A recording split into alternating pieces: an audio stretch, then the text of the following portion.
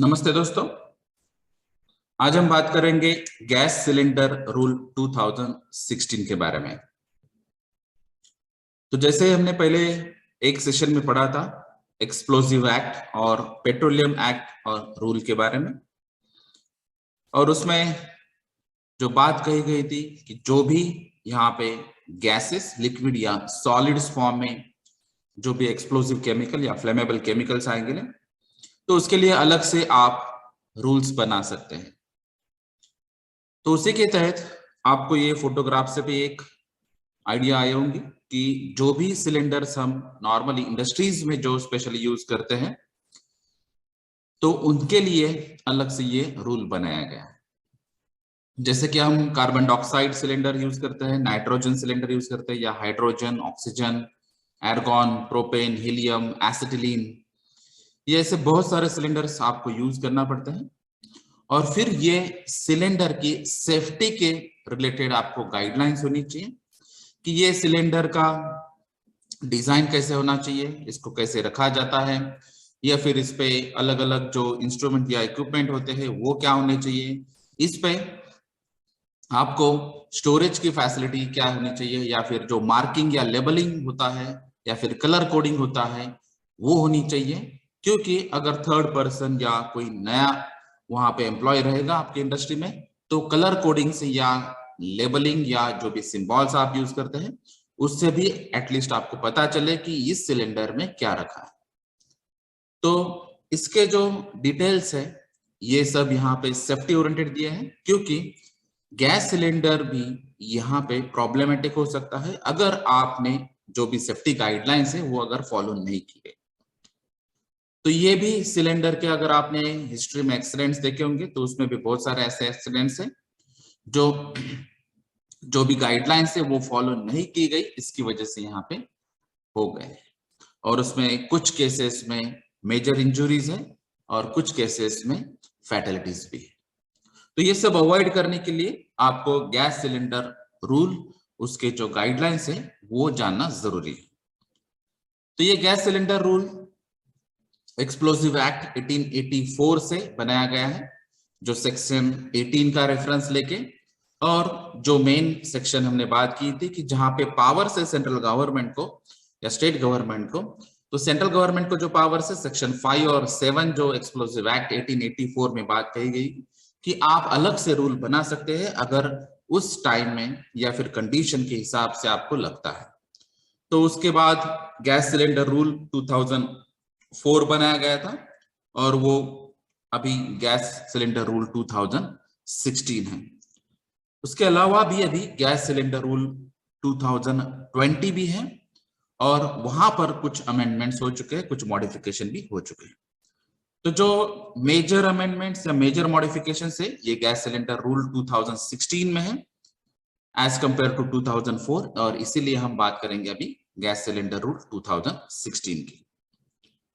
तो ये central government के अंडर ये सेक्शन के 5 और 7 एक्सप्लोसिव एक्ट 1884 के तहत ये पावर टू मेक रूल्स के अंडर ये सिलेंडर का रूल बनाया गया है। इसमें फर्स्ट जो रूल है वो नॉर्मली जो होता है शॉर्ट टाइटल एंड कमेंसमेंट, यानी कि इस रूल को गैस सिलेंडर रूल 2016 कहा जाएगा, और जब भी ये ऑफिशियल गैजेट पब्लिश हुआ है उसके बाद ये लागू किया गया है।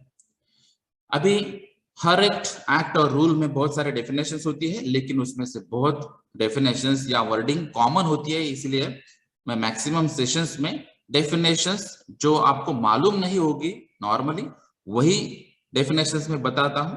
लेकिन अभी ये गैस सिलेंडर रूल 2016 में बहुत सारे वर्डिंग और डेफिनेशंस ऐसी है वो शायद बहुत लोगों को मालूम नहीं होगी, और इसीलिए यहाँ पे डेफिनेशंस मैक्सिमम मैं अभी बताने वाला हूं। तो जैसे कि एक्ट है तो ये एक्सप्लोसिव एक्ट 1884 है, ये अभी जैसे अभी हमने बात की सेक्शन 5 और 7 के हिसाब से। उसके अलावा है ऑटो एलपीजी, तो जैसे आपको एलपीजी जो लिक्विफाइबल पेट्रोलियम गैस है वो आपको मालूम है, और ये ऑटोमेटिव फ्यूल के लिए अगर यूज होता है, और इसका अगर आईएस स्टैंडर्ड है वो रेफरेंस 14861 के हिसाब से ये कॉन्फर्म करता है, यानी कि ये आईएस स्टैंडर्ड के हिसाब से ही सब लागू होता है तो इसको हम ऑटो एलपीजी कहते हैं। तो ये ऑटोमोबाइल फ्यूल, ऑटोमेटिव फ्यूल जो है, इसके लिए एज अ फ्यूल यूज होता है ऑटोमोबाइल सेक्टर में, इसीलिए इसको ऑटो एलपीजी कहते हैं। चीफ कंट्रोलर जो अभी हमने कही है, एक्सप्लोजिव एक्ट है, इसलिए chief controller of explosive he main apex member है, इसमें मेन मेंबर है जो सभी डिसीजंस के बारे में कंट्रोल करता है। उसके अलावा है कॉम्पोजिट सिलेंडर। तो जो भी सिलेंडर यहाँ पे जो स्पेशली रेजिन्स के बनते हैं, और ये मेटालिक या नॉन मेटालिक लाइनर्स भी यहाँ पे यूज किए जाते हैं, और फिर उसमें जो गैसेस है वो फिल किए जाते हैं। तो ये एक से ज्यादा मटेरियल के बने रहते हैं, इसीलिए इसको कॉम्पोजिट सिलेंडर कहा जाता है। तो कॉम्पोजिट का मीनिंग है एक से ज्यादा मटेरियल से अगर ये तैयार होता है तो। उसके अलावा है कॉम्प्रेस्ड गैस। तो कॉम्प्रेस्ड गैस का मीनिंग है कि ये परमानेंट गैस या लिक्विफाइबल गैस या ऐसा गैस जो डिसॉल्व हो जाए लिक्विड में, लेकिन जब प्रेशर होगा तब। लेकिन ये प्रेशर की लिमिट्स क्या है? तो ये नॉर्मली 2.5 kgf पर सेंटीमीटर स्क्वायर एब्सोल्यूट होती है, या फिर 1.5 kgf पर सेंटीमीटर स्क्वायर गेज प्रेशर होती है, और इसका जो रेस्पेक्टिव टेम्परेचर है वो 15 डिग्री सेल्सियस है। तो नॉर्मली जब इंजीनियरिंग में हम पढ़ते हैं तो नॉर्मल टेम्परेचर प्रेशर कंडीशन या स्टैंडर्ड टेम्परेचर प्रेशर कंडीशंस होती है। तो इसी हिसाब से यहाँ पे 15 डिग्री सेल्सियस के रेफरेंस से आपको यहाँ पे प्रेशर कंडीशंस मालूम होनी चाहिए। तो ये प्रेशर जो है ये 2.5 kgf पर सेंटीमीटर स्क्वायर एब्सोल्यूट होगा, या फिर अगर ये प्रेशर एक्सीड होता है 3 kgf पर सेंटीमीटर स्क्वायर एब्सोल्यूट हो सकता है जब ये टेम्परेचर 50 डिग्री सेल्सियस तक जाता है, क्योंकि temperature is directly proportional to the pressure. जैसे यहाँ पे टेम्परेचर बढ़ गया है तो प्रेशर भी बढ़ने वाला है, तो कुछ प्रोपोर्शन में ये प्रेशर बढ़ेगा, और ये मैक्सिमम केस हो सकती है 3 kgf पर सेंटीमीटर स्क्वायर। और इसमें ऐसे भी कुछ केसेस होंगे कि जहां पे ये क्रायोजेनिक लिक्विड्स यहाँ पे ये यूज किया जाए सिलिंडर्स में। तो ये है मैक्सिमम केस में जो गैस को हम कॉम्प्रेस करते हैं यानी कि प्रेशराइज करते हैं, ऐसे गैसेस जो है ये है कॉम्प्रेस्ड गैसेस। उसके अलावा है कॉन्जर्वेटर। तो ये हमने ऑलरेडी पोर्ट के ओरिएंटेड पढ़ा, जब भी हम लोडिंग या अनलोडिंग एक्टिविटीज करते हैं शिप्स थ्रू, जहां पे पोर्ट पे करते हैं, तो ये पोर्ट का मेन जो कंट्रोल होता है वो पर्सन को हम कॉन्जर्वेटर कहते हैं। और इसका डेफिनेशन जो है वो है इंडियन पोर्ट एक्ट 1908 में दिया है सेक्शन 7 में। उसके अलावा है कंट्रोलर। तो कंट्रोलर की अभी जब हमने बात की तो ये मेन जो है चीफ कंट्रोलर ऑफ एक्सप्लोजिव था। उसके अलावा अगर यहाँ पे कोई कंट्रोलर होता है तो वो हो सकता है joint chief controller of explosive, या deputy chief controller of explosive, या कंट्रोलर ऑफ एक्सप्लोजिव और डेप्यूटी कंट्रोलर ऑफ एक्सप्लोजिव। तो ये जो भी कंट्रोलर जॉइंट या डेप्यूटी होते हैं तो ये चीफ कंट्रोलर ऑफ एक्सप्लोजिव के अंडर होंगे, और यहाँ पे हमने एक्सप्लोजिव एक्ट और रूल में इसके बारे में डिटेल में पढ़ा है। उसके अलावा है सीबीजी यानी कि कॉम्प्रेस्ड बायोगैस। तो ये कॉम्प्रेस्ड बायोगैस मिक्सचर होता है हाइड्रोकार्बन गैसेस का और वेपर्स का, और मेन इसमें मेन कंपोनेंट होता है मीथेन। तो अगर आप यहाँ पे मैक्सिमम केस में देखेंगे तो मेजॉरिटी ऑफ केसेस, जैसे हमने पेट्रोलियम एक्ट और रूल में भी देखा था कि ये सभी चीजें ये हाइड्रोकार्बन्स होती है। तो अगर इसमें आप देखेंगे तो इस सीबीजी में यानी कि कॉम्प्रेस्ड मींस प्रेशराइज किया गया गैस, लेकिन ये बायोगैस कहा गया है। तो ये बायोगैस का मीनिंग है कि जो एनिमल और प्लांट वेस्ट डिकम्पोजिशन के बाद में जो बनता है वो बायोगैस है। तो इसमें मैक्सिमम केस में क्या है, ये सभी हाइड्रोकार्बन से, और इसमें मेन कंपोनेंट होता है मीथेन यानी कि CH4। तो आपके जो भी बायोगैस भी होंगे नेचुरली, तो उसमें भी 60 to 65% मीथेन परसेंटेज होता है। उसके अलावा है CNG। तो आज के डेट में हम व्हीकल्स भी CNG पे चलाते हैं। तो ये CNG क्या होता है, ये भी हाइड्रोकार्बन गैसेस और वेपर्स का मिक्सचर होता है, इसमें भी मेन मीथेन होता है। लेकिन ये नेचुरल रिसोर्सेज, जैसे अभी हमने कहा है कि एनिमल प्लांट वेस्ट से ही डिकम्पोजिशन होने वाला बायोगैस नहीं है, तो यहाँ पर ये कॉम्प्रेस किया गया गैस हो सकता है। तो ये मेनली इंडस्ट्रियल एप्लीकेशंस के लिए होता है, और यहाँ पे दोनों चीजें हो सकती है कि ये प्योरली इंडस्ट्री ओरिएंटेड गैसेस हो सकते हैं, या फिर जो कॉम्बिनेशन है वो कॉम्बिनेशन भी यहाँ पे हो सकता है। यानी कि कॉम्प्रेस्ड बायोगैस में कुछ परसेंटेज होगा इसमें, और कॉम्प्रेस किया हुआ या प्रेशराइज किया होगा जो गैस है वो भी हो सकता है। लेकिन इंपॉर्टेंट बात यह है कि यहाँ पे ये दोनों भी गैसेस हाइड्रोकार्बन से, यानी कि हाइड्रोजन और कार्बन का मिक्सचर, और इसमें मेन बात जो है वो मेजॉरिटी परसेंटेज होता है मीथेन का, यानी कि CH4 का। उसके अलावा है कॉम्पोजिट सीएनजी डिस्पेंसिंग यूनिट।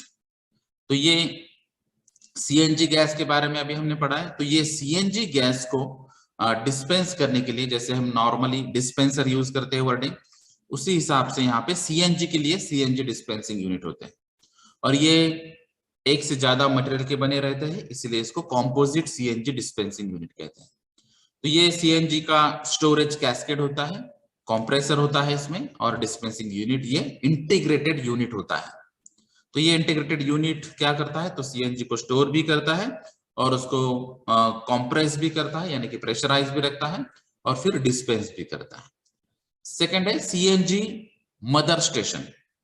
तो ये सीएनजी मदर स्टेशन मेनली आपका पाइपलाइन से कनेक्टेड रहता है। जैसे आपको मालूम है कि नेचुरल गैस के लिए पाइपलाइंस होती है, तो ये नेचुरल गैस की पाइपलाइन जो है उससे डायरेक्टली कनेक्टेड होता है, यानी कि मेन सप्लाई जो है, ये मेन सप्लाई मदर स्टेशन को दिया जाएगा, और फिर ये डिस्ट्रीब्यूट कर सकते हैं मोबाइल कैस्केड्स को या फिर डॉटर स्टेशंस को। यानी कि जैसे कि इलेक्ट्रिसिटी में जैसे मेन स्टेशन होता है, फिर सब स्टेशन होते हैं, और फिर डीपी होती है, और फिर बाद में हमारे घर पे आता है इलेक्ट्रिसिटी। उसी हिसाब से यहाँ पे ये main composite CNG dispensing unit है, फिर ये मदर स्टेशन से जो डायरेक्टली कनेक्टेड पाइपलाइन से है, और फिर ये ऑनलाइन स्टेशन भी है जहां पर ये स्टेशनरी कैस्केट जो होते हैं वो यहाँ पे रखा सकते हैं। उसके अलावा जो डॉटर स्टेशन जो अभी हमने बात की, लेकिन यहाँ पे डॉटर स्टेशन डायरेक्टली ये गैस पाइपलाइन को कनेक्टेड नहीं होते हैं, ये आपको यहाँ पे ध्यान रखना है। तो इसमें जब आप देखेंगे कि सीएनजी मदर स्टेशन और सीएनजी ऑनलाइन स्टेशन जो है ये डायरेक्टली गैस पाइपलाइन से कनेक्टेड है, और ये जो डॉटर स्टेशन है ये डायरेक्टली पाइपलाइन से कनेक्टेड नहीं होगा, तो इसको ऑनलाइन स्टेशन से या मदर स्टेशन से आपको डॉटर स्टेशन में सीएनजी प्रोवाइड किया जाएगा। और फिर ये सीएनजी डॉटर बूस्टर स्टेशन भी है। तो यहाँ पर भी ये जो पाइपलाइन से डायरेक्टली कनेक्टेड नहीं होगा, क्योंकि ये डॉटर स्टेशन का बूस्टर स्टेशन है। तो ये डॉटर स्टेशन ही ऑलरेडी कनेक्टेड नहीं है, तो यहाँ पर ये सिर्फ बूस्टर टाइप में, जैसे कि आपको एडिशनल जैसे ही सीएनजी का सप्लाई चाहिए तो उस हिसाब से यहाँ पे ये बूस्टर स्टेशन है। जैसे आज हम कोविड-19 में बात कर रहे हैं कि वैक्सीनेशन और अभी बूस्टर डोज की, तो उसी हिसाब से ये बूस्टर स्टेशन है। यानी कि आपको सीएनजी प्रोवाइड हो चुका है, लेकिन आपको एडिशनल सीएनजी चाहिए, उस हिसाब से आपको ये बूस्टर स्टेशन से भी सीएनजी मिल सकता है। उसके अलावा है क्रिटिकल टेम्परेचर। तो ये क्रिटिकल टेम्परेचर नॉर्मली क्या होता है, ये मैक्सिमम टेम्परेचर होता है कोई भी इंजीनियरिंग कंसेप्ट्स में। तो यहाँ पर ये एक टेम्परेचर ऐसा है जहां पे ये गैस लिक्विड में कन्वर्ट नहीं होगा, तो ये मैक्सिमम टेम्परेचर होगा। तो ये सिर्फ प्रेशर अप्लाई होगा, लेकिन ये जो गैस है ये गैस लिक्विड में कन्वर्ट नहीं होने वाला, तो ये होगा क्रिटिकल टेम्परेचर। ये क्रिटिकल टेम्परेचर प्रेशर कंडीशंस होती हैं, तो इसके ओरिएंटेड जो करस्पॉन्डिंग प्रेशर होता है वो क्रिटिकल प्रेशर हो जाएगा। फिर है क्रायोजेनिक कंटेनर। तो क्रायोजेनिक वर्डिंग जो नॉर्मली होता है ये क्रायोजेनिक लिक्विड ओरिएंटेड होता है, जहां पर इस लिक्विड का जो बॉइलिंग पॉइंट है वो निगेटिव में होता है। तो ऐसे जो लिक्विड्स है उसको स्टोर करने के लिए क्रायोजेनिक कंटेनर्स होते हैं। तो ये क्रायोजेनिक कंटेनर्स जो होते हैं ये नॉर्मली डबल वॉल कंटेनर होते हैं, इंसुलेटेड होते हैं, क्योंकि यहाँ पे थर्मल इंसुलेशन प्रोवाइड करना जरूरी है, क्योंकि जैसे अभी मैंने बात की है कि यहाँ पे टेम्परेचर कंट्रोल करना पड़ेगा आपको, क्योंकि इसके जो बॉइलिंग पॉइंट्स है ये बॉइलिंग पॉइंट्स निगेटिव टेम्परेचर में होते हैं, तो इसलिए आपको कूलिंग चिलिंग कंटिन्यू रखना होगा, और इसलिए यहाँ पे इंसुलेशन प्रोवाइड करना नेसेसरी है।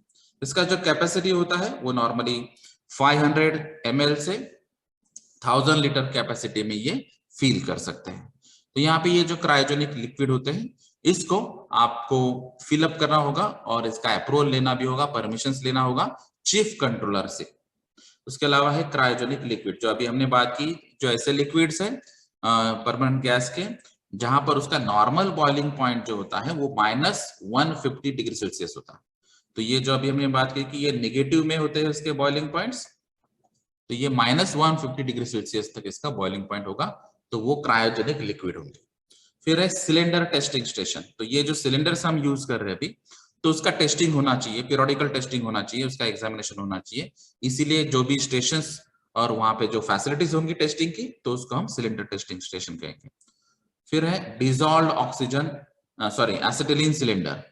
तो ये एसिटिलीन जो होता है, ये एसिटिलीन गैस नॉर्मली बहुत सारी जगह यूज होता है, स्पेशली जो कॉमन पर्सन्स को मालूम होता है वो है ऑक्सी एसिटिलीन सिलेंडर्स, जो वेल्डिंग पर्पस के लिए यूज होते हैं। तो एसिटिलीन्स के और बहुत सारे अलग से यूज हैं। तो जैसे हमने कैल्शियम कार्बाइड रूल में भी पढ़ा था कि एसिटिलीन गैस फॉर्म करने के लिए आपको कैल्शियम कार्बाइड प्लस वाटर की रिएक्शन होती है, उसके बेसिस पे ये एसिटिलीन बन जाता है।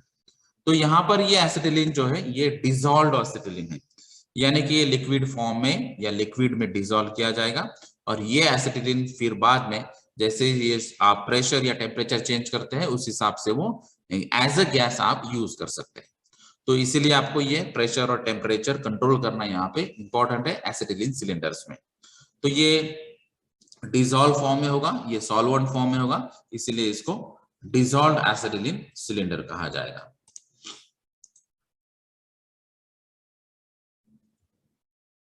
फिर है डिसॉल्व्ड गैस। तो जैसे अभी हमने बात की कि अगर प्रेशर यहाँ पे आप बढ़ाते हैं तो जो सॉल्वेंट है वो यहाँ पे रहेगा, और अगर आप जैसे प्रेशर डिक्रीज करते हैं तो वो गैस फॉर्म में आप कन्वर्ट कर सकते हैं। जैसे आपके घर में भी लिक्विफाइबल पेट्रोलियम गैस होता है, तो वो एक्चुअली बेसिकली बॉटम साइड में वो लिक्विड स्टेट में होता है, लेकिन जैसे ही आप गैस ऑन करते हैं यानी कि रेगुलेटर ऑन करते हैं तो वो प्रेशर एटमॉस्फेयर प्रेशर में कन्वर्ट होता है, और एटमॉस्फेरिक प्रेशर में वो लिक्विफाइबल यानी कि जो लिक्विड है वो गैस में कन्वर्ट हो जाता है। उसके अलावा है डिस्ट्रिक्ट अथॉरिटी। तो ये हमने बात कही थी कि जैसे अलग अलग लोकल अथॉरिटीज होते हैं, चाहे वो कमिश्नर ऑफ पुलिस हो या डिप्टी कमिश्नर ऑफ पुलिस हो या फिर डिस्ट्रिक्ट मैजिस्ट्रेट हो, ऐसे ही अलग अलग अथॉरिटीज यहाँ पे काम कर सकती है। उसके अलावा है डिस्ट्रिक्ट मैजिस्ट्रेट या सब डिविजनल मैजिस्ट्रेट। तो ये लोकल कंडीशंस के हिसाब से और जो स्टैट्यूटरी रेगुलेशन से उस हिसाब से आपको लोकलाइज जो कंट्रोल है वो आपको चेक करने होंगे। फिर जो फीस होती है, तो जैसे कि यहाँ पे कुछ टेस्टिंग प्रोसेस है या फिर अप्रूवल प्रोसेस है, ये अलग अलग एक्टिविटीज के लिए आपको फी पे करना होगी। तो शेड्यूल 5 में ये फी के डिटेल्स दिए है। फिर है फिलिंग प्रेशर। तो ये फिलिंग प्रेशर क्या होता है, तो 15 डिग्री सेल्सियस को यानी कि ये टेम्परेचर को मैक्सिमम परमिसिबल गेज प्रेशर क्या होगा सिलेंडर फिल करते टाइम, यानी कि सिलेंडर आपको भरना है तो 15 डिग्री सेल्सियस पे अगर आप ये सिलेंडर फिल कर रहे हैं एज अ परमानेंट गैस या डिसॉल्व्ड गैस, तो उस टाइम उसका प्रेशर क्या होगा, वो होगा filling pressure.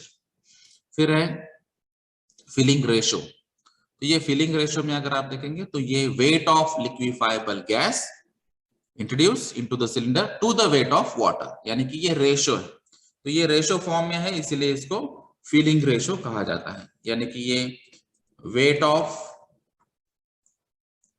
Liquefiable gas to the weight of water. तो ये रेशो जो है ये रेशो होगा फिलिंग रेशो। तो ये भी यहाँ पे टेम्परेचर जो है वो 15 डिग्री सेल्सियस रहेगा। फिर है फ्लेमेबल गैस। तो यहाँ पे जो भी गैसेस फ्लेमेबल नेचर या फ्लेमेबल कैरेक्टरिस्टिक्स वाले हैं उसको फ्लेमेबल गैसेस कहते हैं। तो नॉर्मली अगर हम इसको देखेंगे तो इसका एक जो हमने कहा था कि वॉल्यूम परसेंटेज कितना होता है एयर में, तो ये अगर आपका मिक्सचर परसेंटेज अगर देखेंगे, क्योंकि गैस और एयर तो इसमें 13% और less volume with air forms a flammable mixture, तो उसको हम फ्लेमेबल गैस कहेंगे। यानी कि ये 12 to 13% गैस का परसेंटेज होगा, रिमेनिंग इज एयर। तो उस टाइम भी अगर ये फायर कैच कर सकता है तो ऐसे गैसेस को हम फ्लेमेबल गैसेस कहेंगे। फिर है फॉर्म। तो ये अलग अलग फॉर्म जो है वो शेड्यूल्स में दिए हैं डिटेल्स में, तो आपको अलग अलग एप्लीकेशंस के लिए आप ये यूज कर सकते हैं। फिर है गैस सिलेंडर। तो ये गैस सिलेंडर जो डेफिनेशन है या फिर जिसको नॉर्मली अभी हम बाद में सिलेंडर वर्डिंग अगर यूज करते हैं तो वो गैस सिलेंडर ही होगा। तो ये गैस सिलेंडर डिपेंड होगा कि इसमें ये सिलेंडर में वॉल्यूम कितना होता है। तो जैसे कि यहाँ पे हमने इसके पहले भी बात की थी कि 500 ml टू 1000 लीटर्स इसके अंदर इसका स्टोरेज या ट्रांसफर कर सकते हैं अगर ये कॉम्प्रेस्ड गैस होगा। और ये स्पेसिफिकली अभी हम जो नॉर्मली घर पे यूज करते हैं वो है एलपीजी। तो ये भी इसका एक एग्जांपल है, लिक्विफाइड पेट्रोलियम गैस या फिर कॉम्प्रेस्ड नेचुरल गैस जो है सीएनजी। तो ये अलग अलग मोटर व्हीकल के लिए भी अभी यूज होता है या फिर अलग अलग दूसरे पर्पस के लिए भी ये होता है। और कुछ कंटेनर्स जिसमें क्रायोजेनिक लिक्विड्स वगैरह भी होते हैं जो गैसेस फॉर्म में कन्वर्ट हो सकते हैं, ये भी यहाँ पे यूज करते हैं। तो ये जो इक्विपमेंट है जिसमें हम ये एलपीजी टाइप या सीएनजी टाइप या क्रायोजेनिक लिक्विड टाइप जो केमिकल से वो भरते हैं तो उसको हम सिलेंडर कहते हैं। तो ये सिलेंडर की जब कैपेसिटी हम कहते हैं तो यहाँ पे वर्डिंग थोड़ा सा डिफरेंट है, इसको है वाटर कैपेसिटी ऑफ सिलेंडर। तो ये water capacity of cylinder for storage of CNG, nitrogen या कॉम्प्रेस्ड एयर है। तो ये आप भर सकते हैं। अगर ये वाटर कैपेसिटी देखेंगे तो ये 1000 लीटर्स टू 3000 लीटर्स है। इसका मीनिंग क्या है कि आप सिलेंडर में ये गैस जब भरते हैं तो उसका वॉल्यूम अलग होगा, लेकिन जब वाटर भरते हैं तो यहाँ पे ये वाटर की कैपेसिटी 1000 टू 3000 लीटर्स तक जा सकती है, क्योंकि वाटर या उसके अलग अलग जो भी गैसेस है, लिक्विड से, उसकी डेंसिटी अलग होगी, उस हिसाब से उसका वॉल्यूम भी चेंज हो जाएगा। जैसे डेंसिटी का नॉर्मली जो फॉर्मूला होता है मास बाय वॉल्यूम, अगर आपको वॉल्यूम कैलकुलेट करना है तो मास बाय डेंसिटी। तो ये डेंसिटी चेंज होती है क्योंकि केमिकल्स की कैरेक्टरिस्टिक चेंज हो गई, उस हिसाब से उसका वॉल्यूम भी चेंज हो जाएगा। तो जब गैस सिलेंडर की वाटर कैपेसिटी की बात करते हैं हम, तो यहाँ पे जब वाटर फिल करेंगे तो वो 1000 टू 3000 लीटर्स तक यहाँ पे परमिशन है। उसको एक स्पेसिफिक कंडीशन है कि वो सिलेंडर का डायमीटर जो है वो 60 सेंटीमीटर तक हो सकता है। तो ये गैस सिलेंडर या फिर सिलेंडर जो हम वर्डिंग यूज करने वाले हैं उसके लिए डेफिनेशन। फिर गैस सिलेंडर कैस्केड्स। तो ये कैस्केड्स यानी कि जो बैटरी ओरिएंटेड या सीरीज में जैसे रहते हैं स्टोरेज, उसी हिसाब से ये गैस सिलेंडर भी कंटिन्यू बेसिस पे रहते हैं। जैसे अभी आपने जो डिस्कशन में देखा होगा कि फायर एक्सटिंग्विशर सिस्टम्स में हमने कार्बन डाइऑक्साइड के गैस सिलेंडर का कैस्केड देखा होता है, यानी कि बहुत सारे गैस सिलेंडर जो है या फिर कार्बन डाइऑक्साइड सिलेंडर से वो कंटिन्यू सीरीज में वहां पे प्रेजेंट होते हैं। यानी कि जब एक सिलेंडर एम्प्टी हो जाता है तो दूसरे सिलेंडर का कनेक्शन एक्टिवेट होता है, उसी हिसाब से अलग अलग सिलेंडर्स यहाँ पे हो सकते हैं। लेकिन ये जो कैस्केड है उसका आपको कुछ गाइडलाइंस फॉलो करने होंगे, जैसे कि यहाँ पे बताया है कि कॉन्फर्मेशन आपको करना है ब्रिटिश स्टैंडर्ड से, BSEN 13769 या BSEN 13807 या ISO 10961।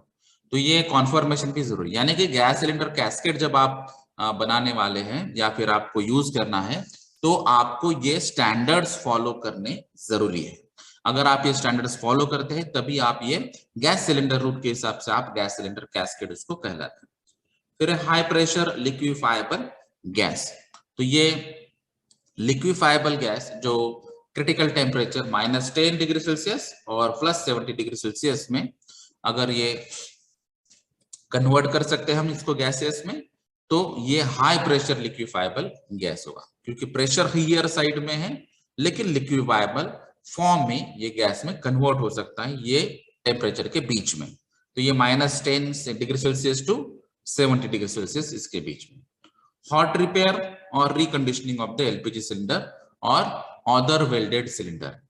तो ये जब हम सिलेंडर की बात कर रहे हैं उसमें भी अगर फ्लेमेबल गैसेस होंगे या फिर एक्सप्लोसिव गैसेस होंगे, तो जब आप सिलेंडर्स का रिपेयरिंग करेंगे तो उस टाइम यहाँ पे एक्सीडेंट होने के चांसेस है, इसीलिए यहाँ पे स्पेसिफिक कंडीशन दी गई है कि अगर आपको वॉल प्रोटेक्शन का कुछ काम करना है या फिर रिंग्स का काम करना है, फुट रिंग का काम करना है, प्रोटेक्टिव फिटमेंट्स का काम करना है, तो यहाँ पे आपको परमिशन लेनी होगी और कुछ जगह आपको विदाउट परमिशन भी काम हो सकता है। लेकिन कंडीशंस जो भी आपको है यहाँ पे आपको कंडीशन चेक हो जाएगी और वो चीफ कंट्रोलर आपको ये परमिशन दे सकता है। तो ये हॉट रिपेयर या रिकंडीशनिंग जब होती एलपीजी सिलेंडर्स की, तो चीफ कंट्रोलर ही डिसाइड करेगा कि आपको डायरेक्ट अलाउ कराया जाए या फिर कुछ स्पेसिफिक कंडीशनल बेसिस पे अलाउ करेंगे। फिर है हाइड्रोलिक स्ट्रेच टेस्ट। तो ये सिलेंडर मैक्सिमम कितना स्ट्रेच होता है वो टेस्ट करने के लिए यहाँ पे जो हाइड्रोस्टैटिक प्रेशर हम अप्लाई करते हैं, ये equal to the test pressure जब रहता है तो जो परमानेंट स्ट्रेच आता है वो मैक्सिमम स्ट्रेच जिसको कहा जाएगा, ये होगा हाइड्रोस्टैटिक स्ट्रेच टेस्ट। तो ये स्ट्रेच चेक करने के लिए मींस प्रेशर अगर बढ़ता है तो मैक्सिमम ये सिलेंडर कितना स्ट्रेच हो सकता है, ये चेक करने के लिए ये पर्टिकुलर हाइड्रोस्टैटिक स्ट्रेच टेस्ट है। उसके अलावा जो दूसरे टेस्ट होते हैं जैसे कि यहाँ पे हाइड्रोस्टैटिक टेस्ट, तो ये जैसे हम नॉर्मली पाइपलाइंस के लिए, रिएक्टर्स, वेसल्स के लिए भी यूज करते हैं, उसी हिसाब से यहाँ पे हाइड्रोस्टैटिक टेस्ट होंगे। उसके अलावा है इंपोर्ट, तो जो इंडिया के बाहर से हम इंडिया में जब लाएंगे गैस सिलेंडर्स बाय लैंड, सी और एयर, उसको हम इंपोर्ट कहेंगे।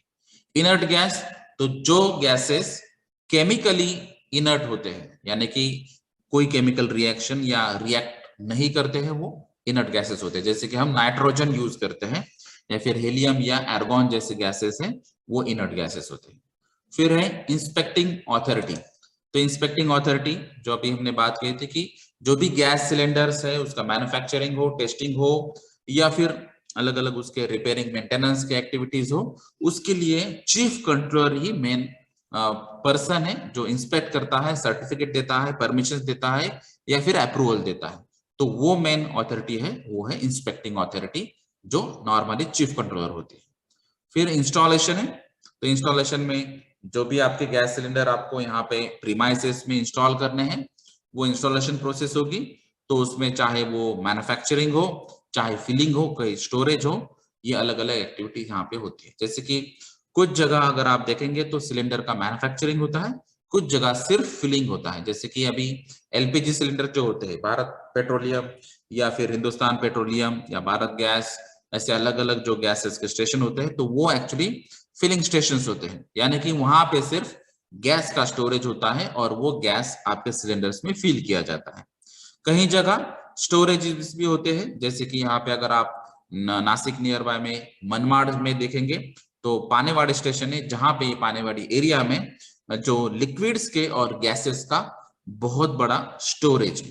तो ये स्टोरेजेस किस लिए कि यहाँ पे अलग अलग जगह से यहाँ पे गैस या लिक्विड स्टोर किया जाएगा और वहां से वो डिस्ट्रीब्यूट किया जाएगा, चाहे वो बाय रोड से हो, बाय सी या बाय एयर या बाय ट्रेन, अलग अलग यहाँ पे मोड जो है वो यूज करके आपको ये स्टोरेज थ्रू डिस्ट्रीब्यूशन यहाँ पे हो सकता है।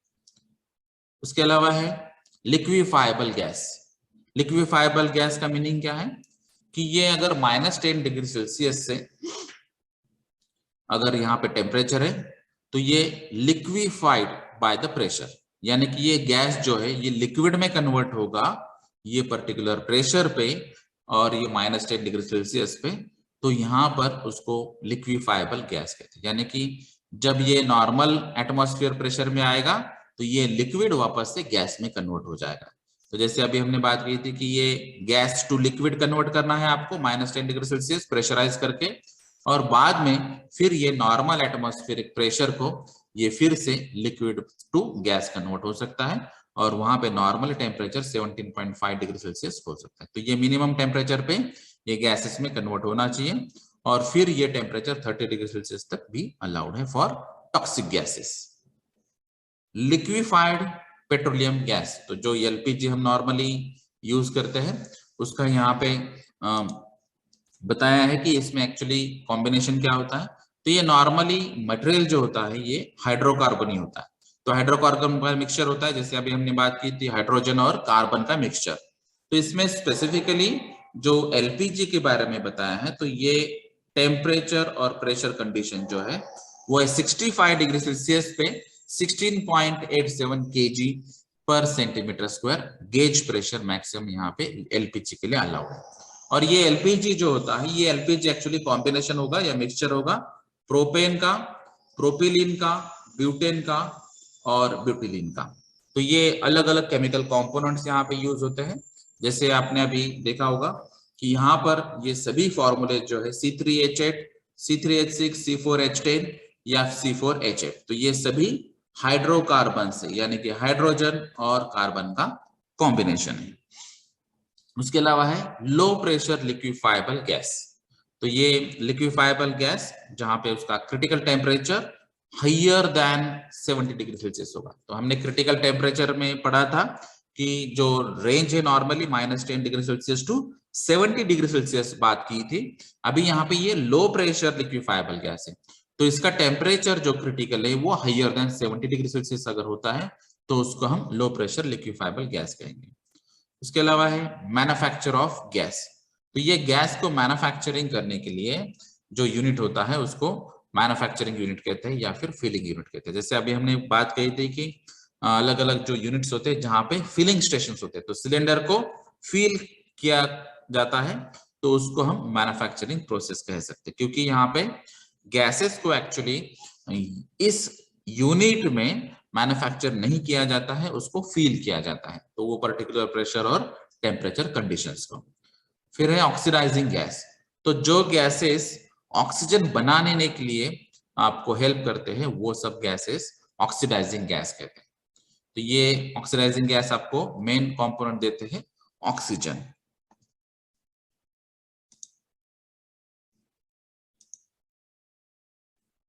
फिर है परमानेंट गैस। तो ये परमानेंट गैस क्या होगा? तो ये गैस ऐसा है कि जहां पे ये critical temperature below -10 degree Celsius है। तो अभी हमने एक डेफिनेशन देखी थी जहां पे वो गैस लिक्विफाइबल गैस है जो -10 टू 70 डिग्री सेल्सियस का टेम्परेचर रेंज था। अभी हमने इसके पहले जो गैस देखा था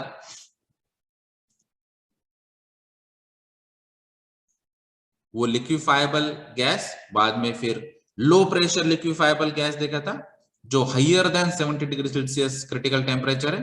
और अभी हम बात कर रहे हैं परमानेंट गैस की। तो इसका जो क्रिटिकल टेम्परेचर है वो अबो -10 डिग्री सेल्सियस होगा।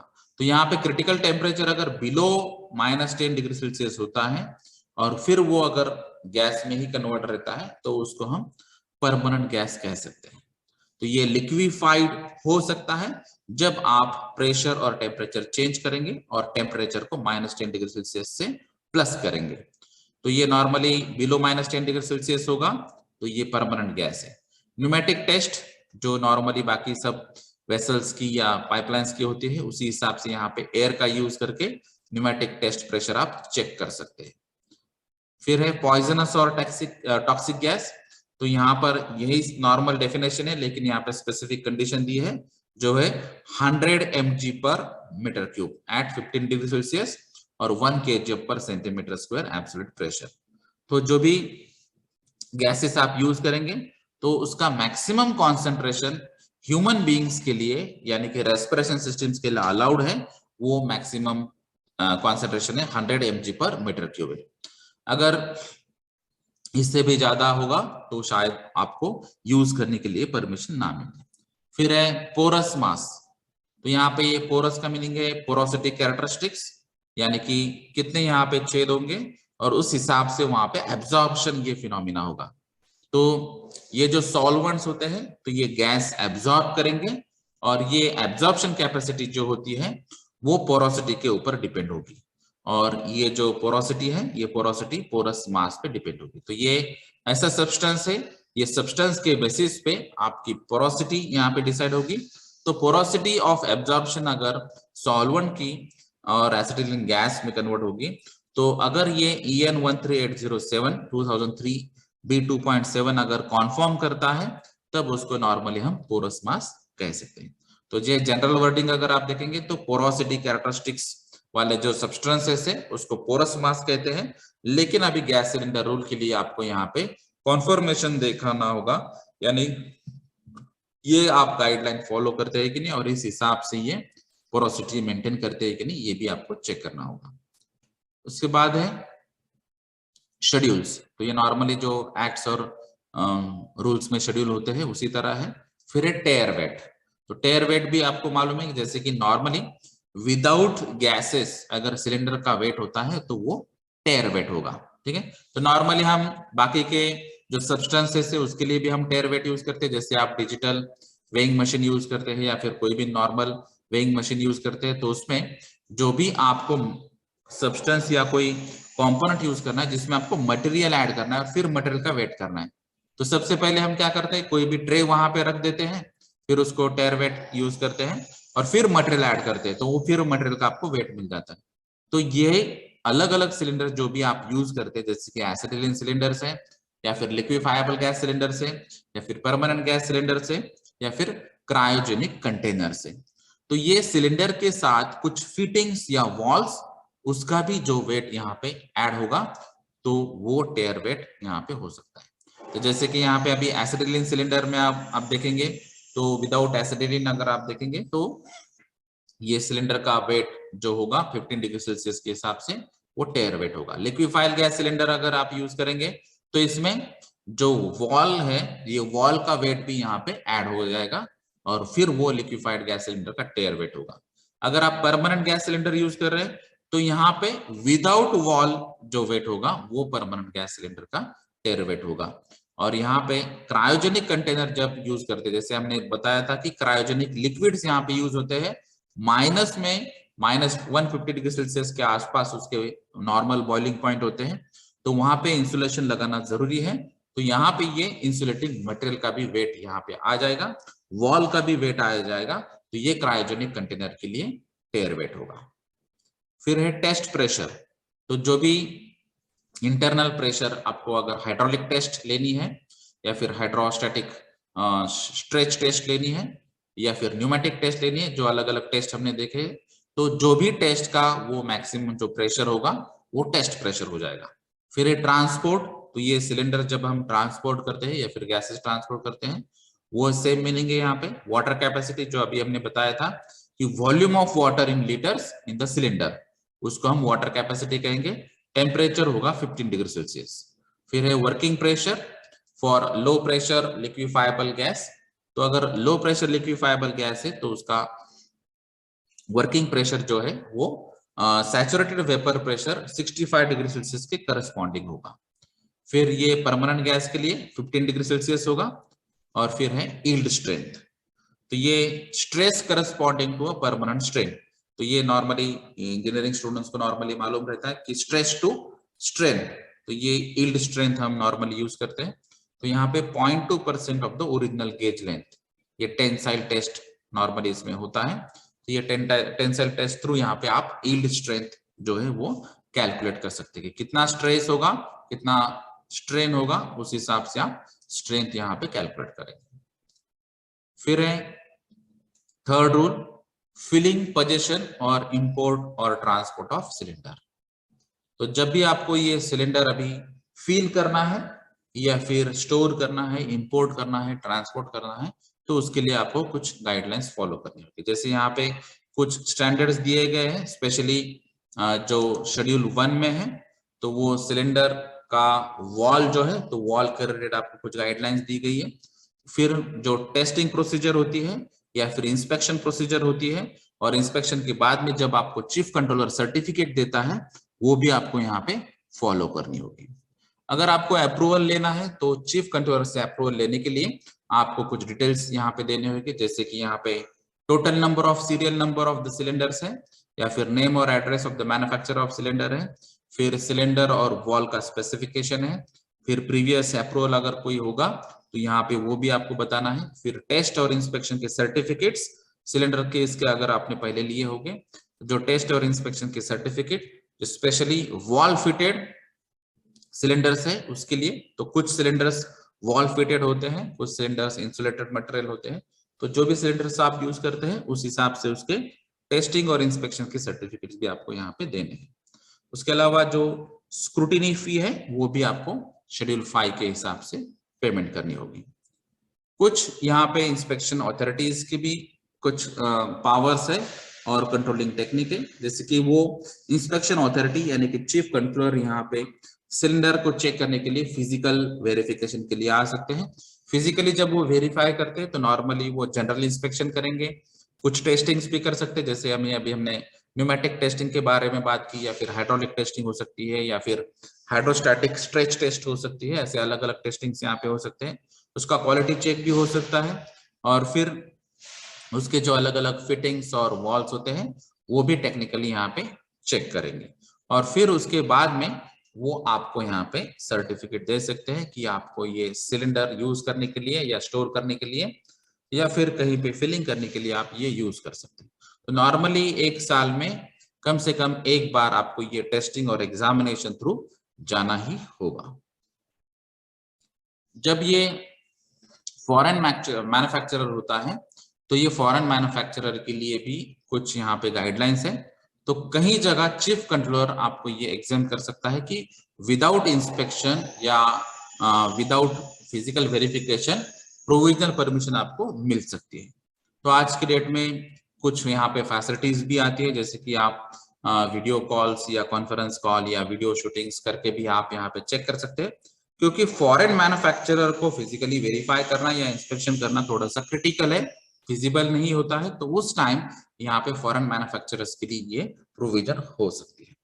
और ये जो मैन्युफैक्चरिंग करते हैं, तो स्पेशली जब हम फॉरेन मैन्युफैक्चर की बात करें तो यहाँ पे मैन्युफैक्चरिंग एक्सपीरियंस कम से कम आपको 10 साल का चाहिए, तभी आपको ये फॉरेन मैन्युफैक्चर के हिसाब से प्रोविजंस मिलेगी। तो ये स्क्रूटिनी फी वगैरह जो बाकी की बातें हैं शेड्यूल 5 के हिसाब से ये आपको पेमेंट करना जरूरी है, चाहे आप इंडियन मैन्युफैक्चरर हो या फिर फॉरेन मैन्युफैक्चरर हो। उसमें जो अभी हमने बात की थी कि अलग अलग जो वॉल्स है वो यहाँ पे चेक किए जाएंगे, उसकी थिकनेस चेक की जाएगी, कलर कोडिंग्स चेक किए जाएंगे, डिजाइन चेक किए जाएंगे, अलग अलग जो ड्राइंग डिजाइन होते हैं वो भी चेक किए जाएंगे, और फिर बाद में ही आपको ये अलग अलग टेस्टिंग और इसके सर्टिफिकेट मिलेगी। तो जैसे अभी हमने बात की थी कि अलग अलग टेस्टिंग यहाँ पे हो सकते हैं।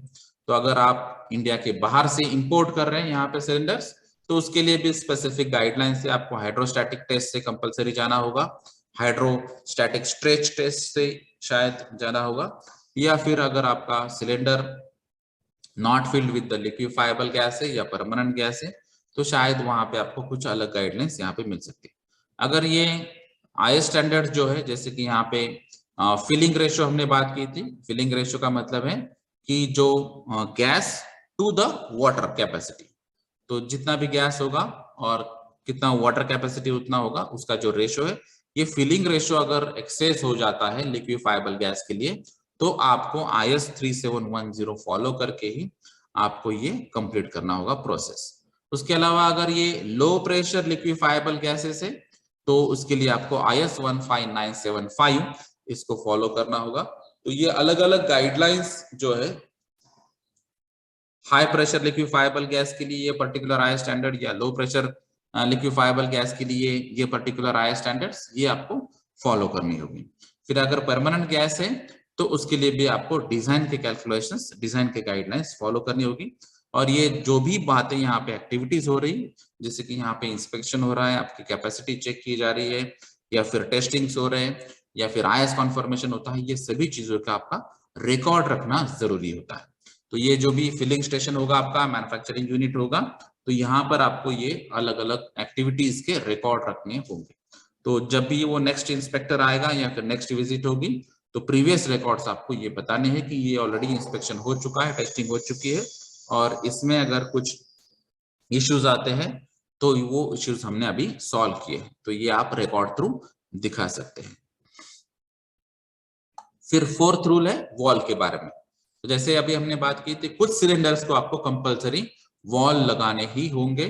तो यहाँ पे अलग अलग सिलेंडर्स होते हैं, जैसे कि अभी हमने बात की कि ये इंडस्ट्रियल गैस सिलेंडर्स है। तो इंडस्ट्रीज में अगर गैस सिलेंडर्स यूज होते हैं तो उसको हम इंडस्ट्रियल गैस सिलेंडर कहेंगे। और यहाँ पे ये CNG ऑन बोर्ड सिलेंडर भी हो सकते हैं, तो उसके लिए IS 3224 गाइडलाइंस है। तो ये गाइडलाइंस आपको फॉलो करनी होगी वॉल्स के लिए। अगर आपका मेडिकल गैस सिलेंडर से जो हॉस्पिटल्स क्लिनिक्स के लिए यूज होता है, तो उसके लिए आपको IS 3745 गाइडलाइंस फॉलो करनी होगी। अगर आपका सिलेंडर डायरेक्टली ब्रीथिंग एपरेटस से कनेक्टेड होगा, तो ब्रीथिंग एपरेटस का अगर सिलेंडर होगा तो उसके लिए IS 7302 ये गाइडलाइंस फॉलो करनी होगी। अगर आप लिक्विफाइड पेट्रोलियम गैस यूज करते हैं सिलेंडर्स में, तो उसके लिए IS 8776 फॉलो करनी होगी। और यहाँ पे उसकी अलग अलग कैपेसिटी के लिए भी अलग अलग जो गाइडलाइंस है वो भी यहाँ पे है। ऑटो LPG होगा तो IS 15100, स्मॉल रेफ्रिजरेंट सिलेंडर होगा तो IS 12300, LPG रेगुलेटर्स अगर होंगे तो उसके लिए IS 9798, और क्रायोजेनिक कंटेनर्स अगर होंगे तो उसके लिए चीफ कंट्रोलर से आपको परमिशन लेनी होगी और बाद में ही आपको ये वाल्व इंस्टॉल करने के लिए परमिशन मिल जाती है। फिर है कार्बन डाइऑक्साइड सिलेंडर, तो उसके लिए स्पेसिफिक क्राइटेरिया है कि जो प्रेशर होगा तो वो प्रेशर बिटवीन 200 टू 220 केजी पर सेंटीमीटर स्क्वायर तक ही आप रख सकते हैं। फ्लेमेबल गैस अगर होगा सिलेंडर में तो यहाँ पे IS 3224 गाइडलाइंस फॉलो करनी होगी। और यहाँ पे स्पेसिफिक गाइडलाइन एक है कि जो अदर वॉल्स अगर यहाँ पे होंगे तो यहाँ पे outlets with right handed screw threads, तो ये भी स्पेसिफिक गाइडलाइन दी गई है कि यही स्क्रू थ्रेड्स राइट हैंडेड ही होने चाहिए। फिर है सिलेंडर का जो नेक होता है, तो सिलेंडर का जो ऊपरी हिस्सा होगा तो वहां पर भी स्क्रूइंग की जाएगी और फिर वहां पे जो स्पिंडल ऑपरेटेड वॉल है वो यहाँ पे इंस्टॉल किए जाएंगे। तो ये अलग अलग जो प्रोविजंस और गाइडलाइंस थी वो वॉल्स के बारे में थी। फिफ्थ रूल बात करता है सेफ्टी रिलीफ डिवाइसेस के बारे में।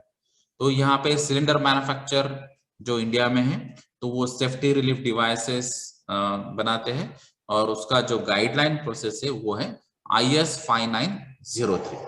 तो यहाँ पे अगर कुछ सिलेंडर्स में ऑब्नॉक्शियस या पॉइजनस गैसेस अगर आपको फील कर रहे हैं जो आपको कहीं पे इंडस्ट्रीज में या कहीं एप्लीकेशंस में यूज करने हैं, तो ये सेफ्टी डिवाइसेस आपको यूज करना जरूरी है। तो यहाँ पे कुछ सेफ्टी प्रिकॉशनरी मेजर्स भी आपको लेने होंगे, गैसेस के कैरेक्टरिस्टिक्स के डिपेंड होगा। तो अगर गैसेस के कैरेक्टरिस्टिक्स ऐसे होगी कि अगर सेफ्टी डिवाइसेस में से या सेफ्टी वॉल्स में से अगर ये लीक होने के चांसेस है तो वहां पे आपको चीफ कंट्रोलर को बताना होगा और शायद वहां पे ऐसे कुछ पॉइजनस गैसेस के लिए एग्जम्पशंस भी मिल सकता है। जैसे कि अभी कुछ गैसेस ऐसे होते हैं जैसे कि कार्बन मोनोऑक्साइड है या फिर हाइड्रोसाइनिक एसिड है या फिर हाइड्रोजन क्लोराइड है या हाइड्रोजन ब्रोमाइड है, क्लोरीन है, सल्फर डाइऑक्साइड है। अगर ये गैसेस सेफ्टी डिवाइसेस में से अगर लीक होते हैं तो उसका हेल्थ पे एडवर्स इफेक्ट हो सकता है और वहां पे कुछ हेल्थ ओरिएंटेड एक्सीडेंट होने के भी चांसेस है। तो यहाँ पर विदाउट सेफ्टी डिवाइसेस भी आप यहाँ पे सिलेंडर यूज कर सकते हैं, लेकिन ये आपको चेक करके लेना होगा कि कैरेक्टरिस्टिक्स ऑफ गैसेस क्या है। फिर है मार्किंग्स ऑन सिलेंडर। तो सिलेंडर जो अभी हम यूज कर रहे हैं तो वहां पे उसको मार्किंग करना जरूरी है। तो वो मार्किंग स्टैंपिंग थ्रू हो सकती है, एनग्रेविंग थ्रू हो सकती है या फिर ऐसे कुछ सिमिलर प्रोसेस हो सकते हैं। इसका मेन इंटेंशन क्या है कि आपको सिलेंडर पे जो भी मार्किंग होगी वो क्लियरली दिखे। तो उसमें अगर कुछ सनलाइट की वजह से, कंटिन्यूअस सनलाइट की वजह से या फिर ह्यूमिडिटी की वजह से, ऐसे कुछ टेम्परेचर, प्रेशर या मेट्रोलॉजिकल कंडीशंस की वजह से वो जो मार्किंग है वो निकल नहीं जाना चाहिए। इसीलिए आपको ये स्टैंपिंग नॉर्मली प्रेफर किया जाता है और फिर वहां पे अलग अलग जो पैरामीटर्स है वो पैरामीटर्स आपको कंपलसरी यहाँ पे स्टैंपिंग करने, जैसे कि सिलेंडर के शोल्डर पे आपको करना है या फिर सिलेंडर के ओवरऑल बॉडी पे आपको पर्टिकुलर कंडीशंस लिखनी है तो वो भी यहाँ पे आप लिख सकते हैं। फिर जो नेम प्लेट है वो नेम प्लेट आपको लगानी पड़ती है कि ये एग्जैक्टली ये सिलेंडर में कौन सा गैस है और उसके जो अलग अलग जो लेटर्स होते हैं या फिर नंबर्स होते हैं उसका भी स्पेसिफिक शेप और साइज का गाइडलाइन दिया है, उसी हिसाब से आपको वो मार्किंग करना जरूरी है। उसकी कलर कोडिंग भी दी है, उस हिसाब से भी आपको ये कन्वर्ट करना होगा। जैसे अभी अगर ये परमानेंट या लिक्विफाइबल गैस सिलेंडर है तो उसमें आपको मैन्युफैक्चरर जो है उसके डिटेल्स या फिर जो ओनर होता है उसके डिटेल्स या फिर जो इंस्पेक्टर होता है उसके डिटेल्स, तो ये अलग अलग आपको डिटेल्स यहाँ पे मार्किंग्स में देने हैं। फिर जो स्पेसिफिकेशन होता है सिलेंडर का वो आपको देना है, यानी कि सिलेंडर की कैपेसिटी कितनी है, वाटर कैपेसिटी कितनी है या फिर इसकी हाइट कितनी है, थिकनेस कितनी है, इसके बारे में यहाँ पे जानकारी मिलेगी। फिर जो सिंबल है वो यहाँ पे यूज किया जाएगा, स्पेशली जो हीट ट्रीटमेंट ओरिएंटेड जो सिंबल्स होते हैं वो यहाँ पे आपको यूज करना है कि आपको सिलेंडर का अगर रिपेयर मेंटेनेंस करना है तो आपको किस हीट ट्रीटमेंट की जरूरत होगी। फिर जो डेट और डिटेल्स होंगे हाइड्रोस्टैटिक टेस्ट के या फिर हाइड्रोस्टैटिक स्ट्रेच टेस्ट के, तो वो टेस्टिंग के भी यहाँ पे डिटेल्स होंगे कि लास्ट टाइम ये टेस्ट कब हुई थी, उस टाइम का प्रेशर क्या था, कंडीशंस क्या थी, तो ये सब चीजें आपको यहाँ पे रखनी है। अगर ये चीफ कंट्रोलर थ्रू ये रजिस्टर्ड किया होगा तो ये इसका कोड मार्क भी आपको यहाँ पे मेंशन करना है। और ये कम से कम जो अलग अलग गैस के सिलेंडर्स है, स्पेशली अगर हम लिक्विफाइड पेट्रोलियम गैस सिलेंडर्स की बात करते हैं तो यहाँ पे आपको जो स्पेसिफिक क्वार्टर है वो क्वार्टर लिखना पड़ता है। यानी कि जब आप एलपीजी गैस सिलेंडर घर पे भी अगर आप देखेंगे तो घर में जो एलपीजी गैस सिलेंडर होता है तो उसमें भी स्पेसिफिक नंबर्स की मार्किंग होती है, लेकिन ये मार्किंग का आपको मीनिंग मालूम होना चाहिए। जैसे कि यहाँ पे उसकी एक्सपायरी होती है, अगर ये Q1 है या फिर 2 है, 3 है या फिर 4 है, यानी कि ये 3 महीने 3 महीने 3 महीने 3 महीने साल का हुआ, तो ये क्वार्टर में, ये पर्टिकुलर ईयर में अगर ये हमने बात की कि मैन्युफैक्चरिंग क्या है या फिर एक्सपायरी क्या है, वहां पे अगर एक्सपायरी कोडिंग होगी 2024 तो ये फर्स्ट क्वार्टर 2024 तक आप ये यूज कर सकते हैं। उसके बाद में ये सिलेंडर चेंज होना चाहिए या फिर इसका रीटेस्ट भी होनी चाहिए और फिर उसके बाद में उसको अलाउ किया जाएगा। तो ऐसे बहुत सारी कोडिंग भी यहाँ पे हो सकती है, जैसे कि वर्किंग प्रेशर, टेस्ट प्रेशर या टेयर वेट। अगर ये स्पेसिफिकली हाइड्रोजन के लिए यूज होता है तो यहाँ पे जो मार्किंग है उसकी H सिंबल, तो H सिंबल से आपको पता चलेगा कि ये हाइड्रोजन है इसमें या फिर इम्ब्रिटलिंग गैसेस जो होते हैं, जिसको हम normally hydrogen oriented, hydrogen embrittlement, ये एक कंसेप्ट है। वो गैसेस अगर होंगे यहाँ पे तो यहाँ पे H लिखा जाएगा। अगर ये CNG ओरिएंटेड है तो यहाँ पे CNG लिखा जाएगा, LPG होंगे तो LPG लिखा जाएगा। तो नॉर्मली ये स्टैम्प्स पे स्टैंपिंग का ही यूज करके यहाँ पे अलग अलग मार्किंग सिस्टम जो है आप यहाँ पे यूज कर सकते हैं। फिर ये मार्किंग है वॉल पे। तो अभी तक हमने जो डिटेल्स में बात की थी वो मार्किंग ऑन सिलेंडर थी, अभी जो हम बात कर रहे हैं वो मार्किंग ऑन वॉल से। तो जो भी आप वॉल यूज करते हैं तो वो वॉल पे भी आपको वॉल के स्पेसिफिकेशन आपको बताने हैं, फिर ईयर और मंथ बताना है, या फिर क्वार्टर बताना है मैन्युफैक्चरिंग का, या फिर मैन्युफैक्चर का सिंबल्स बताना है, वर्किंग प्रेशर बताना है, केमिकल सिंबल्स भी आपको बताना है कि एग्जैक्टली गैस कौन सा है यहाँ पे, और जो स्क्रू थ्रेडिंग है वो भी आपको यहाँ पे बतानी है कि ये लेफ्ट हैंडेड अगर होगा तो ये LH लिखा जाएगा, राइट हैंड होगा तो RH लिखा जाएगा। फिर है इंस्पेक्टर का जो स्टैंप है वो, और यहाँ पे जो डीप ट्यूब्स है वो प्रोवाइड किए जाएंगे, अलग अलग इंडिकेशंस यहाँ पे यूज कर सकते हैं। और ये अलग अलग मार्किंग से भी आपको ये वॉल के डिटेल्स जो है वो डिटेल्स आपको यहाँ पे इजीली मालूम होना चाहिए, इसलिए यहाँ पे मार्किंग ऑन वॉल्स ये स्पेसिफिक प्रोविजन दी गई। फिर है आइडेंटिफिकेशन कलर। तो कुछ कलर आइडेंटिफिकेशन भी आपको यहाँ पे पता चलने चाहिए, जैसे कि हमने नॉर्मली दूर से अगर सिलेंडर आपको दिखाई देता है तो सिलेंडर से ही पता चल जाता है कि ये सिलेंडर कौन सा हो सकता है, या फिर उस पे जो नेक पे जो कलर बैंड्स होते हैं वो कलर बैंड से भी आपको पता चलना चाहिए कि एग्जैक्टली ये सिलेंडर में कितनी कॉन्सेंट्रेशन का या कितनी प्योरिटी वाला ये पर्टिकुलर गैस है। तो इसके लिए अलग अलग गाइडलाइंस दी गई है जो IS स्टैंडर्ड के हिसाब से है। जैसे कि अगर इंडस्ट्रियल सिलेंडर है तो IS 4379 गाइडलाइंस आपको कलर्स के लिए आइडेंटिफाई करनी है, फॉलो करनी है। अगर ये कुछ फायर एक्सटिंग्विशर ओरिएंटेड सिलेंडर्स है तो IS 15683 या फिर IS 2878 ये गाइडलाइंस आपको फॉलो करनी है। अगर मेडिकल सिलेंडर्स है तो IS 3933 आपको यहाँ पे फॉलो करनी है। तो इसमें बहुत सारे डिटेल्स है कि एग्जैक्टली पूरे सिलेंडर का कलर क्या होना चाहिए, उस पे नेक पे कलर क्या होना चाहिए, या फिर उसमें जो बैंड्स रहते हैं अलग अलग वो बैंड्स का कलर कोडिंग क्या होना चाहिए। तो उससे आपको ये पता चलेगा कि ये सिलेंडर में कौन सा गैस है और कितनी प्योरिटी का भी है, क्योंकि जैसे मेडिकल सिलेंडर्स में स्पेशली हम 95%, 99% ऐसे अलग अलग प्योरिटी भी आपको पता चलनी चाहिए कि नॉर्मली हम 99% प्लस प्योरिटी वाले ऑक्सीजन सिलेंडर जो है वही हम हॉस्पिटल्स या क्लिनिक में यूज करते हैं। तो जैसे यहाँ पे ये एग्जांपल है, गैस कंटेंट कौन सा है, तो यहाँ पे अगर कैरेक्टरिस्टिक्स होगी non flammable non toxic gas है, तो सिलेंडर का कलर यहाँ पे जो शेल है उसका होगा व्हाइट। तो यहाँ पे कोई कलर बैंड यहाँ पे नहीं है नेक पे। अगर ये प्योरली व्हाइट है तो ये non flammable non toxic gas है, ये पता चल जाता है। अगर ये नॉन फ्लेमेबल है लेकिन टॉक्सिक है, तो अगर ऐसा गैस होगा तो ये तो व्हाइट सिलेंडर है, लेकिन यहाँ पे जो नेक पे है वो नेक पे येलो बैंड रहेगा, और ये पर्टिकुलर IS5 शेडिंग 356 नंबर वाला जो है वही येलो शेडिंग यहाँ पे यूज किया जाएगा। अगर ये फ्लेमेबल गैस है और नॉन टॉक्सिक है तो यहाँ पे व्हाइट सिलेंडर है और रेड शेड यहाँ पे हो सकता है जो 537 नंबर वाला होगा। अगर ये फ्लेमेबल भी है और टॉक्सिक भी है तो यहाँ पे ये सिलेंडर व्हाइट होगा, लेकिन ये रेड और येलो यानी कि ये दोनों भी यहाँ पे यूज किए जाएंगे। 537 भी है और 356, ये जो 537 और 356।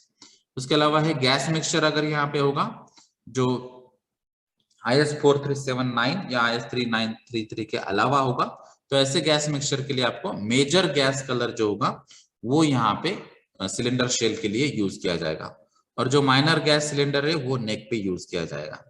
तो यहाँ पे जो इसकी विड्थ होगी वो 1/5 ऑफ द सिलेंडर लेंथ होगी। तो सिलेंडर का जो भी लेंथ होगा उसका 1/5 पोर्शन जो है यहाँ पे इसकी माइनर गैस कलर की विड्थ होगी। फिर अगर जो फायर एक्सटिंग्विशर्स होंगे तो उसमें ऑब्वियसली जो रेड कलर है, और इसमें भी यहाँ पे रेड शेप का ही 536 या 538 नंबर वाले जो शेड्स हैं वो आपको यहाँ पे यूज करने होंगे। अगर यहाँ पे कोई कलर कोडिंग आपने यूज नहीं की होगी तो शायद आपको यहाँ पे जो सिलेंडर से वो यूज करने के लिए परमिशंस नहीं मिल सकती हैं। फिर है 9th rule, labelling of cylinder. तो अभी हमने सिलेंडर्स के बारे में बात की, मार्किंग के बारे में बात की, नेक पे कलर्स क्या होने चाहिए, शेल का कलर क्या होना चाहिए उसकी बात की। तो यहाँ पे अभी जो लेबल्स आएंगे तो वो लेबल्स उसमें क्या क्या होने चाहिए। तो सिलेंडर में जो भी गैस होगा तो उसका जो गैस का नेम और उसका जो नंबर, यानी कि हैशटैग यूनाइटेड नेशंस नंबर यहाँ पे होना चाहिए in line with the ISO 7225। तो यहाँ पे ये नंबर से आपको यूनिवर्सली पता चल सकता है कि ये सिलेंडर में गैस कौन सा है। उसके अलावा जो भी वार्निंग साइंस होती है या फिर वार्निंग गाइडलाइंस होती है वो वार्निंग गाइडलाइंस भी आपको यहाँ पे फॉलो करनी होगी। तो वार्निंग गाइडलाइंस में क्या होता है, तो वहां पे ये गाइडलाइंस होती है जैसे कि यहाँ पे लिखा गया है, do not change the colour of the cylinder. तो आप खुद से ये सिलेंडर का कलर चेंज नहीं कर सकते। जो भी सिलेंडर है यहाँ पे ये गैस से फिल किया गया है और उसमें एग्जैक्टली कंटेंट्स क्या है ये भी यहाँ पे आपको लिखना है। ये अगर फ्लेमेबल मटेरियल नहीं है तो आप यहाँ पे एक रूम में ये अलग अलग सिलेंडर्स भी रख सकते हैं, लेकिन ये अगर ऑयल और सिमिलर लुब्रिकेंट वाले यहाँ पे अगर होंगे तो यहाँ पे वॉल्स और उसके जो फिटिंग्स के उसके बारे में यहाँ पे क्या ध्यान रखा गया है ये भी यहाँ पे आपको वार्निंग्स में लिखना है। फिर जो डेट है जो टेस्टिंग की, जैसे कि अभी हमने हाइड्रोलिक टेस्ट या हाइड्रोस्टैटिक टेस्ट बताया है या न्यूमेटिक टेस्ट है, तो वो टेस्ट के डिटेल्स भी यहाँ पे आपको लिखने हैं। तो आपको लास्ट टाइम की डेट क्या थी उस हिसाब से आपको पता चलता है कि नेक्स्ट ईयर में ये टेस्ट इस टाइम के अंदर या डेट के अंदर यहाँ पे करनी होगी। फिर उसके अलावा जो मेटल रिंग है उस पे ये डेट्स आ सकते हैं, या फिर जो नेक है वो सिलेंडर पे ये अलग अलग मार्किंग आ सकती है, या फिर वॉल के लिए भी जो हमने गाइडलाइंस बताए हैं वो भी आपको यहाँ पे गाइडलाइंस लिखने होंगे। तो यहाँ पे कुछ स्पेसिफिक गाइडलाइंस आपको अगर देनी है एज ए वार्निंग तो चीफ कंट्रोलर से परमिशन से आप ये गाइडलाइन भी यहाँ पे दे सकते हैं। फिर है 10th नंबर, रिस्ट्रिक्शंस। तो अगर ये सिलेंडर आपको डिलीवर करना है या फिर कहीं पे डिस्पैच करना है तो आपको लाइसेंस की जरूरत है। विदाउट लाइसेंस आप ये काम नहीं कर पाएंगे। जैसे आपके यहाँ पर घर पे भी एलपीजी सिलेंडर आता है या फिर आपके इंडस्ट्रीज में भी आप एलपीजी यूज करते हैं, सीएनजी यूज करते हैं, एसिटिलीन यूज करते हैं, ऑक्सी एसिटिलीन यूज करते हैं, या फिर हॉस्पिटल्स में भी जो मेडिकल सिलेंडर्स वगैरह यूज करते हैं, तो हर एक उसके लिए परमिशन होगी, लाइसेंस होगा, और विदाउट लाइसेंस आप ये काम नहीं कर सकते हैं। फिर 11 नंबर जो है रिपेयरिंग के बारे में। अगर सिमलेस गैस सिलेंडर्स है तो यहाँ पे विदाउट परमिशंस ये आप रिपेयरिंग का काम नहीं कर सकते। अगर यहाँ पे वेल्डेड या ब्रेजेड सिलेंडर होंगे तो ये ब्रेज सिलेंडर्स या वेल्डेड सिलेंडर्स होंगे तो उसके लिए भी आपको कुछ स्पेसिफिक प्रिकॉशंस लेने होंगे और उसके बाद ही आपको ये रिपेयरिंग का काम करना होगा, क्योंकि यहाँ पे अगर कुछ डिफेक्ट्स होते हैं या फिर कुछ डैमेजेस होते हैं, जैसे कि यहाँ पे कुछ पार्ट्स जो सिलेंडर के होंगे, तो यहाँ पे फुट रिंग को डैमेज हो सकता है या फिर वॉल्स को डैमेज हो सकता है, कुछ रिंग्स को डैमेज हो सकता है या फिर कोई फिटमेंट्स को डैमेज हो सकता है। तो ये सभी जो डैमेजेस है या डिफेक्ट्स है, तो ये आपको यहाँ पे रिमूव करने होंगे या फिर उसको रिपेयर करना होगा। तो उसमें कुछ ग्राइंडिंग टेक्निक, चिपिंग टेक्निक या गॉजिंग टेक्निक या ऐसे अलग अलग अप्रूव्ड मेथड जो है वो आप यहाँ पे वर्कआउट कर सकते हैं, लेकिन ये सभी चीजें आपको चीफ कंट्रोलर का अप्रूवल लेना जरूरी है, क्योंकि जो भी सिलेंडर्स आप यूज कर रहे हैं और जो सिलेंडर के जो गैसेस है उसके कैरेक्टरिस्टिक्स आपको डिटेल में मालूम होने चाहिए, और इसीलिए ये प्रिकॉशनरी मेजर्स यहाँ पे ली जाती है कि चीफ कंट्रोलर को ये बताया जाता है कि ये गैस सिलेंडर है, इसकी ये कैपेसिटी है और इसमें ये खराबी है या डैमेज हो चुका है, और ये डैमेज या डिफेक्ट निकालने के लिए हम ये मेथड यूज करना चाहते हैं, तो आपका ये अप्रूवल होना जरूरी है। तो ये फिर अगर अप्रूवल मेथड है और ये ठीक से प्रिकॉशनरी मेजर्स लिए जाते हैं, तो आपको अलग अलग ट्रीटमेंट्स के लिए भी यहाँ पे परमिशंस मिल सकती है। तो ये हीट ट्रीटमेंट क्या होगी, उसका सिंबल भी वहां पे सिलेंडर पे बताया जाता है। तो रिपेयर्स के लिए आपको अगर स्पेसिफिक हीट ट्रीटमेंट यूज करनी है तो वो भी अलाउड है या नहीं, ये भी आपको चीफ कंट्रोलर के गाइडलाइंस मिल सकते हैं। तो ये स्पेशली रिपेयरिंग या फिर जो मेंटेनेंस की बात आती है उसके डिटेल्स यहाँ पे दिए गए हैं।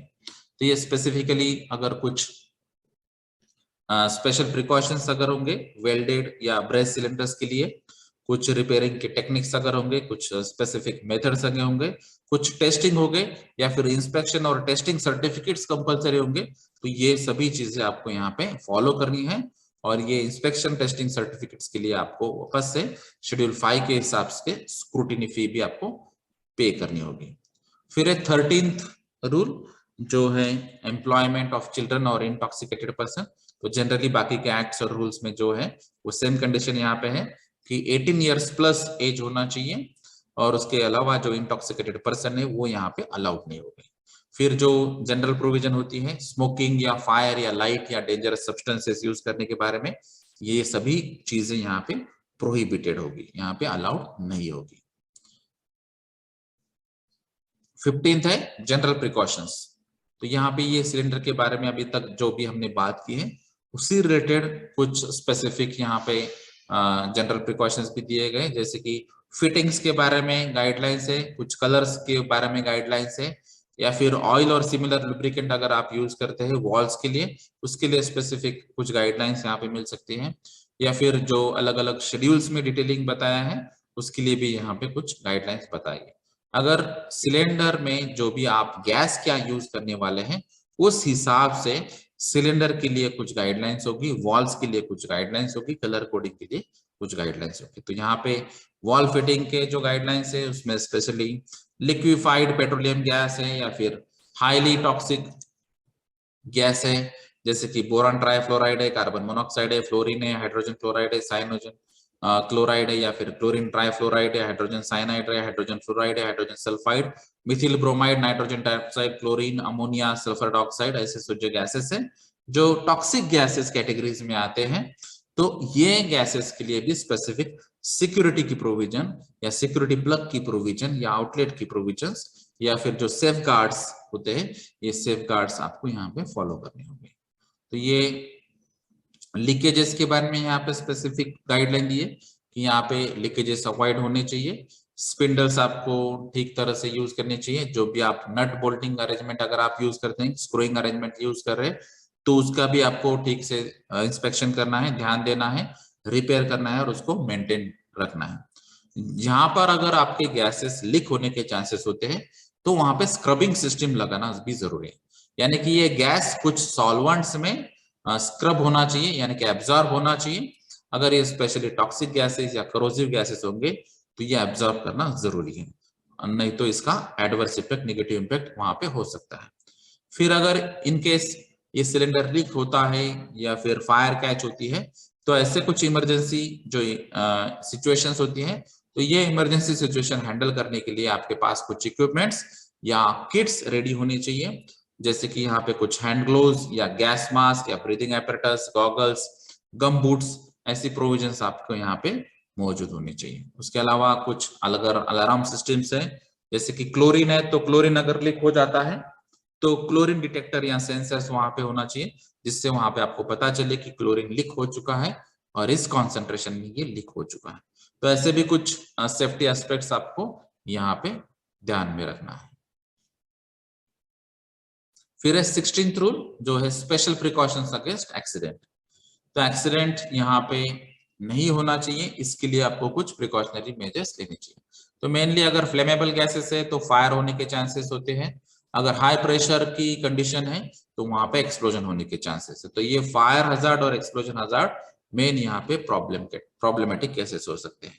तो यहाँ पे अगर ये गैस सिलेंडर्स जो आप यूज कर रहे हैं, तो वहां पे जो भी प्रोविजंस आपको बताई गई है उसको आपको फॉलो करना है, एक्सीडेंट्स को अवॉइड करना है, प्रिकॉशनरी मेजर्स को कंटिन्यूअसली ऑब्जर्व भी करना है, इंस्पेक्ट भी करना है, और जो भी आपने कमिटमेंट किया है वो इंडिविजुअल पर्सन करके भी आपको अगर ये काम करना है तो फिर ये एक्सीडेंट्स यहाँ पे अवॉइड हो सकते हैं।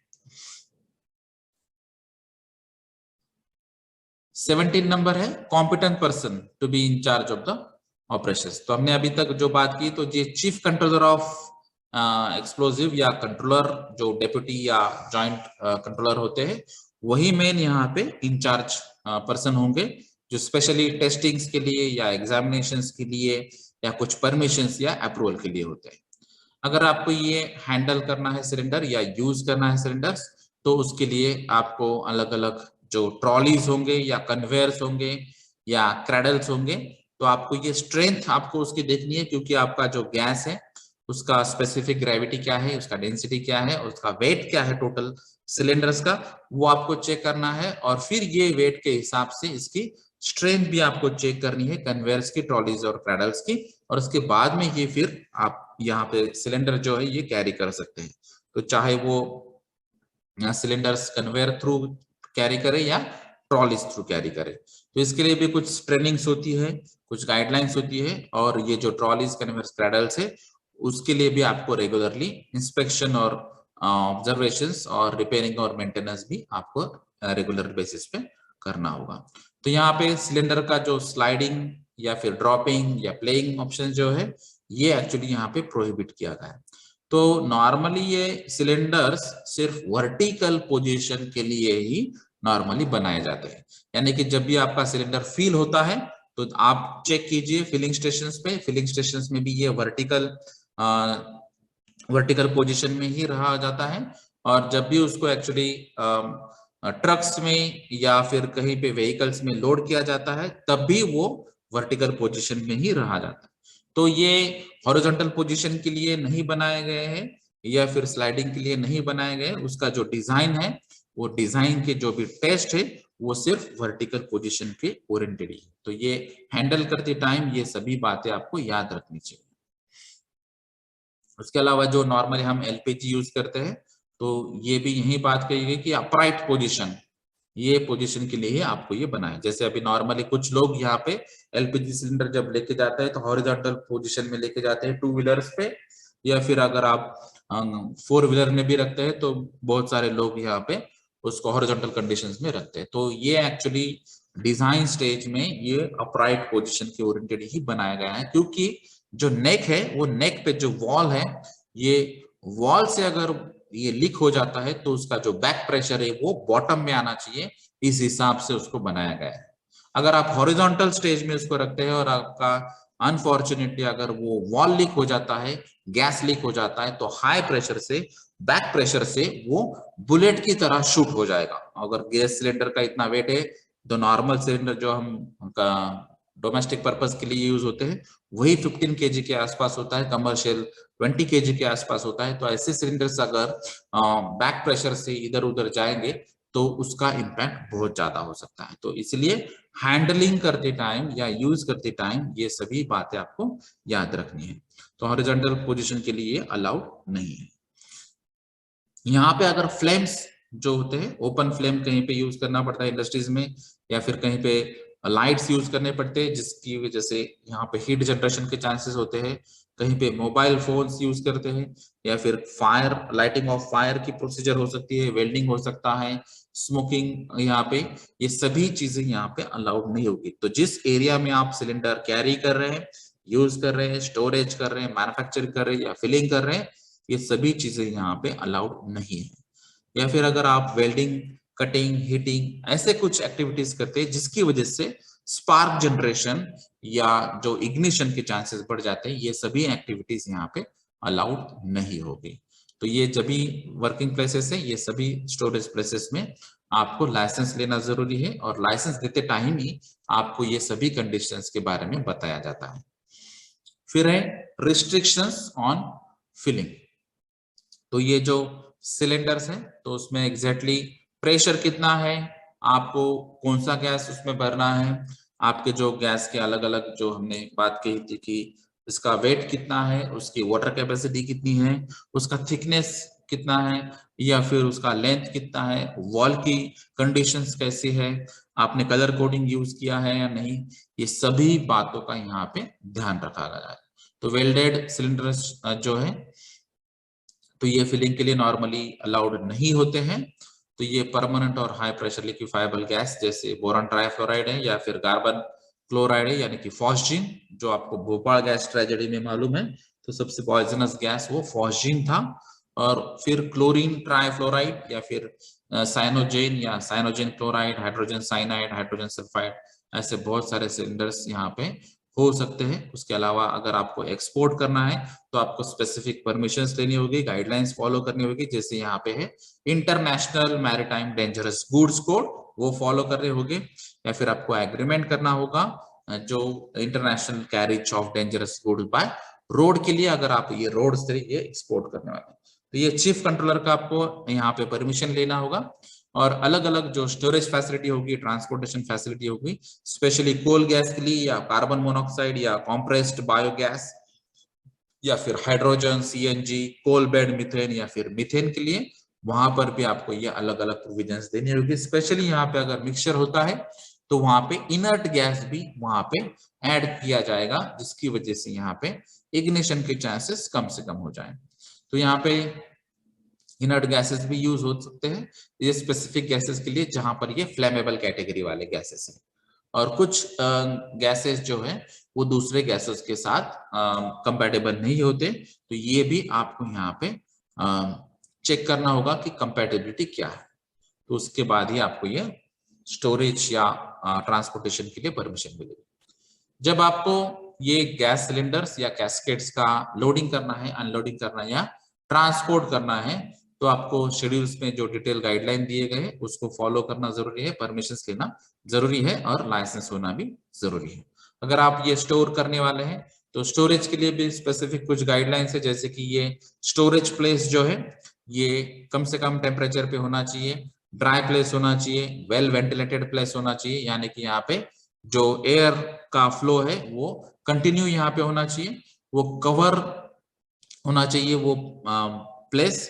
उसके बाद में जो बॉयलर्स की फैसिलिटी अगर ये इंडस्ट्रीज में होगी तो उससे बहुत दूर यहाँ पे सेफ डिस्टेंस पे ये रखना होगा, या फिर जो ओपन फ्लेम्स होते हैं, स्टीम पाइप्स होते हैं, यानी कि ऐसे सोर्सेस जहां से ये टेम्परेचर हाई हो सकता है या फिर इग्निशन हो सकता है, ऐसे प्लेसेस से इसको दूर रखा जाएगा, स्टोरेज फैसिलिटीज को। तो ये जो स्टोरेज रूम या शेड जो होते हैं वो generally fire resistance construction material से बनाए जाने चाहिए।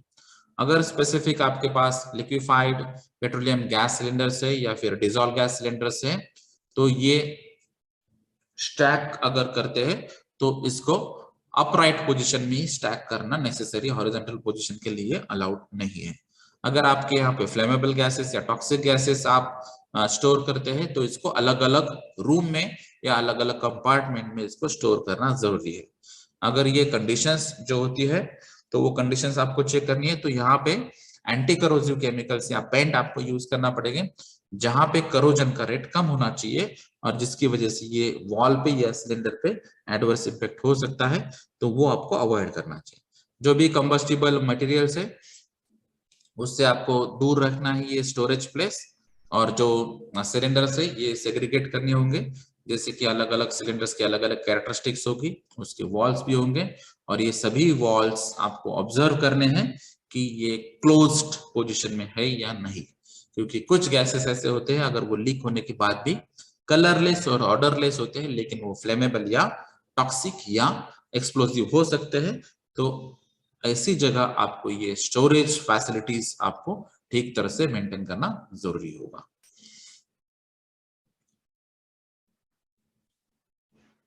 उसके अलावा है इलेक्ट्रिकल इंस्टॉलेशंस। तो इलेक्ट्रिकल इंस्टॉलेशंस के बारे में जैसे अभी हमने कहा कि फायर या इग्निशन सोर्सेस, उसी हिसाब से यहाँ पे जब भी आप इलेक्ट्रिकल स्विचेस या इलेक्ट्रिकल सॉकेट्स या इलेक्ट्रिकल फिटिंग्स या इलेक्ट्रिकल अगर मोटर्स लैंप्स ऐसे कुछ इक्विपमेंट आप यूज करते होंगे, तो यहाँ पे भी आपको कुछ गाइडलाइंस फॉलो करनी होगी। जैसे यहाँ पे IS या ISE 600791 या फिर IS और ISE 600791 ये गाइडलाइंस आपको फॉलो करनी होगी। जैसे अभी हमने पेट्रोलियम एक्ट में भी पढ़ा था कि आपको 24 या 25 वोल्ट पोर्टेबल लैंप ही अलाउड होंगे, उसी तरह यहाँ पे अलग अलग गाइडलाइंस आपको फॉलो करनी होगी। उसके बाद है प्योरिटी ऑफ गैस। तो जैसे अभी हमने बात की थी कि अगर ऑक्सीजन सिलेंडर के बारे में आप देखेंगे तो उसमें 99% प्लस प्योरिटी होती है, तो 99.9 तक ये प्योरिटी हो सकती है। तो ऐसे अलग अलग गैसेस के लिए अलग अलग जो प्योरिटीज है, ये प्योरिटीज यहाँ पे अलाउड होती है। तो ये जैसे कुछ गैसेस आपको लिक्विफाइड स्टेट में ही कन्वर्ट करना पड़ता है, कुछ टेम्परेचर पोजीशन भी आपको देखनी पड़ती है, तो वो टेम्परेचर पे ये मैक्सिमम प्योरिटी पे वो मेंटेन हो सकते हैं। कुछ गैसेस के लिए आपको जैसे कार्बन मोनोऑक्साइड है, कोल गैस है, हाइड्रोजन है या मीथेन है, उसके लिए आपको यहाँ पे हाइड्रोजन सल्फाइड फ्री, ये आपको यहाँ पे ध्यान रखना है। यानी कि सल्फर ओरिएंटेड जो इंप्योरिटीज होती है, ये सल्फर ओरिएंटेड इंप्योरिटीज यहाँ पे नहीं होनी चाहिए कार्बन मोनोऑक्साइड, कोल गैस या हाइड्रोजन मीथेन में। अगर ये सल्फर ओरिएंटेड अगर इंप्योरिटीज होती है तो आफ्टर कंबशन, आफ्टर यूटिलाइजेशन वो सल्फर डेरिवेटिव्स में कन्वर्ट हो सकता है, जैसे SO2 या SO3 या और कोई बाकी के डेरिवेटिव्स। तो इसीलिए यहाँ पे जो सल्फर फ्री या मिनिमम सल्फर बेसिस पे आपको ये वर्कआउट करना है। उसके अलावा जो मॉइस्चर होते हैं, तो मॉइस्चर भी आपको लेस देन 0.02 ग्राम पर मीटर क्यूब ये आपको मेंटेन करना है, क्योंकि यहाँ पे अगर मॉइस्चर प्रेजेंट होता है तो उसका रिएक्शन भी अलग से हो सकता है और उसके अलावा करोजन के भी चांसेस यहाँ पे बढ़ जाते हैं। उसके अलावा जो गैसेस की प्योरिटी है, तो ये सब पर्टिकुलर गैस की अगर प्योरिटी आपको क्रॉस चेक करनी है, कंफर्म करनी है, वेरीफाई करनी है, तो चीफ कंट्रोलर आपको स्पेसिफिक गाइडलाइन दे सकता है, उसके बेसिस पे आपकी प्योरिटी ऑफ गैस है वो आप चेक कर सकते हैं।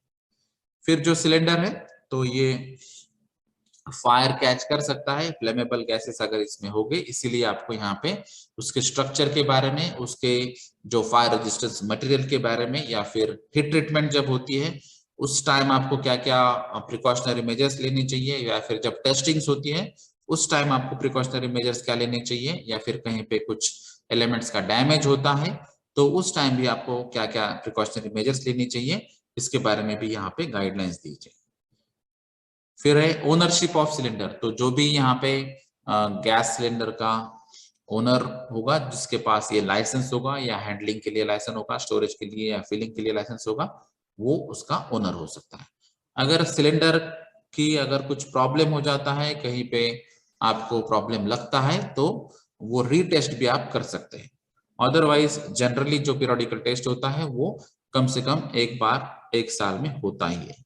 उसके बाद जो रिकॉर्ड्स होते हैं, जैसे कि अभी हमने बात की कि आपको चीफ कंट्रोलर से आपको अलग अलग टेस्टिंग करवानी पड़ती है, उसके अलग अलग इंस्पेक्शन प्रोसेस होती है, या फिर अप्रूवल प्रोसेस होती है, परमिशन प्रोसेस होती है। तो इसके लिए आपको ये सभी डिटेल्स आपको रिकॉर्ड में रखने चाहिए। जैसे सिलेंडर्स का मैन्युफैक्चरर का नेम क्या है, रोटेशन नंबर क्या है, स्पेसिफिकेशन नंबर जो सिलेंडर का मैन्युफैक्चरिंग का होता है, या फिर ओरिजिनल हाइड्रोस्टैटिक टेस्ट आपने किस डेट को किए हैं, या फिर न्यूमेटिक टेस्ट कब किए, या हाइड्रोस्टैटिक स्ट्रेच टेस्ट कब किए, या फिर सिलेंडर मैन्युफैक्चरिंग टेस्ट या इंस्पेक्शन सर्टिफिकेट अगर आपके पास होगा तो वो आपका रिकॉर्ड रखना है। और जो चीफ कंट्रोलर का जो अप्रूवल है, वो अप्रूवल का भी नंबर और डेट आपको यहाँ पे रखना होगा। तो ऐसे बहुत सारे जो रिकॉर्ड्स है, वो रिकॉर्ड्स को भी आपको मेंटेन करना है, ये ओनर की रिस्पॉन्सिबिलिटी है। फिर जो सिलेंडर्स है, तो यहाँ पे नॉर्मली ये सभी सिलेंडर्स के बारे में जब हम बात कर रहे हैं तो ये दूसरे सिलेंडर्स में कन्वर्ट करने के लिए परमिशन नहीं मिलती है। तो ये चीफ कंट्रोलर का आपको परमिट करना होगा, परमिशन लेनी होगी कि आपको ये अगर कोई ऑक्सीजन सिलेंडर है या फिर कॉम्प्रेस्ड एयर सिलेंडर है या फिर हाइड्रोजन का सिलेंडर है, एलपीजी सिलेंडर है, और आप उसी सिलेंडर में अगर दूसरा कोई गैस रखना चाहते हैं तो कन्वर्ट करना चाहते हैं ये सिलेंडर्स, तो उसके लिए आपको परमिशंस लेनी होगी, आपको कुछ आई स्टैंडर्ड्स फॉलो करने होंगे या फिर ISO 11621 भी आपको फॉलो करना होगा। उसके बाद में आपको चीफ कंट्रोलर की परमिशन अगर मिलती है तभी कन्वर्जन के लिए परमिशन मिलेगी, अदरवाइज आप ये डायरेक्टली सिलेंडर्स दूसरे सिलेंडर्स में कन्वर्ट नहीं कर पाएंगे।